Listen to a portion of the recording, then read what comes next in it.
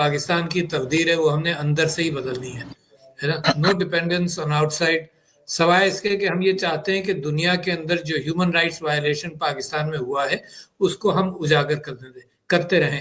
یہ ہمارا رائٹ ہے پاکستان کے آئین کے اعتبار سے اور پاکستانی حکومت کے اعتبار سے. We are signatories to international conventions جس کے اندر ہیومن رائٹس کے اندر رائٹ ٹو پروٹیسٹ اور اس کے ساتھ اتنا وائلیشن کے قتل و غارت گری کی جائے 8 فروری اور 8 فروری کے بعد 26 نومبر جس طرح سے حکومت نے پاکستانیوں کو ظلم و تشدد کیا ہے، یہ بالکل ان امیجنیبل ہے.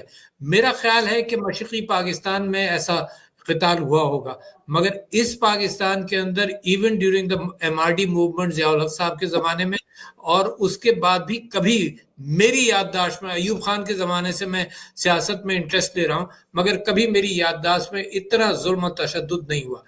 اتنا دبانے کے باوجود ہر عمران خان کی کال پر لوگ باہر نکلے. نمبر 1. نمبر 2 یہ کہ آپ یہ سمجھیے کہ دنیا کے اندر یہ کیفیت رہتی ہے کہ کوئی لیڈر ایسا اس وقت دنیا میں نہیں ہے جو اپنے ملک میں اتنی بڑی پاپولیرٹی رکھتا ہو.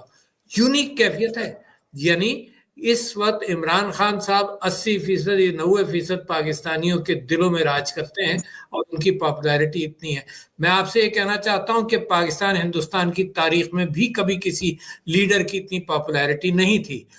واہ کیا سین ہے، واہ کیا سین ہے.